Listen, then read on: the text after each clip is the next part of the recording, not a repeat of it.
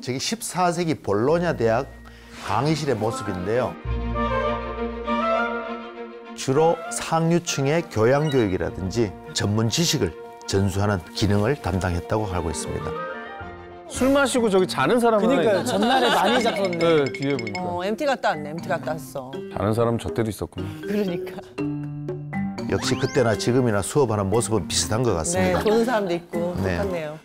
그러면 우리나라 최초의 대학은 언제 생긴 거예요? 뭐 좀 기준에 따라 다르겠지만 네. 우리나라에 최초로 세워진 대학은 그 일제 강점기에 1924년이죠. 경성 제국대학입니다. 아, 들어봤어. 예.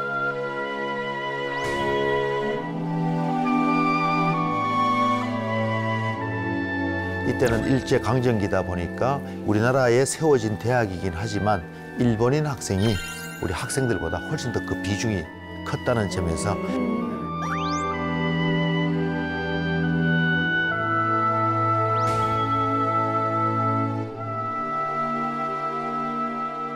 그때 당시에 이제 연희 전문 학교, 뭐 이화 전문 학교 네, 해서 잘 전문대학도 아시네요. 있지 않았어요? 네, 그렇습니다. 지금 대다수의 명문 사립대학들은 그 전문학교에 그 뿌리를 두고 있는데요.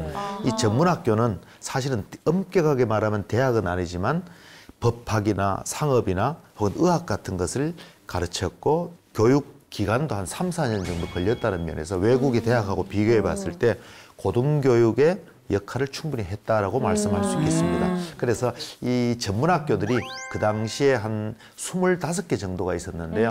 연세대학교는 연희전문학교와 세브란스 의학전문학교가 합쳐져서 연세대학이 만들어졌고 네. 또 보성전문학교는 고려대,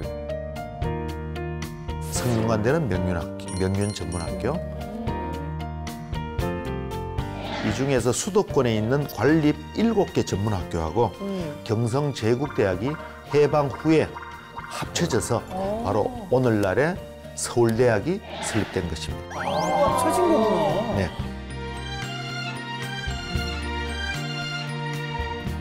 야, 근데 지금 우리나라 대학이 한 420개 정도 되는 것으로 알고 있거든요. 근데 1920년대가 최초인데 이렇게 빨리 80년 동안 많은 대학들이 생겨나게 된 건가요? 그러면? 그렇습니다. 세계 유례가 없을 정도로 엄청난 변화입니다. 네. 우리나라의 교육열 이런 것들을 생각해 본다면 대학의 개수도 엄청나게 증가했고 요 그래프는 취학률이라는 개념이 있습니다. 취학률은 18세에서 21세까지의 인구 중에서 대학을 다니는 학생들의 비율이 취학률인데요. 1970년도에 5.4%였는데 현재 76%까지 이렇게 급격하게 증가한 걸 볼 수 있습니다. 근데 사실 초등학교, 뭐 중학교, 고등학교 의무교육처럼 이상하게 대학교까지 가야지만 교육을 다 받는 느낌. 맞아. 70% 이상이 하는 거니까. 근데 1980년도에 이 여러분들이 잘 아시죠? 전두환 대통령 네. 시절에 과외 금지 그리고 본고사 폐지 그다음 졸업 정원제 이런 것 때문에 입학 정원보다 30% 정도의 학생을 더 뽑았습니다. 이럴 때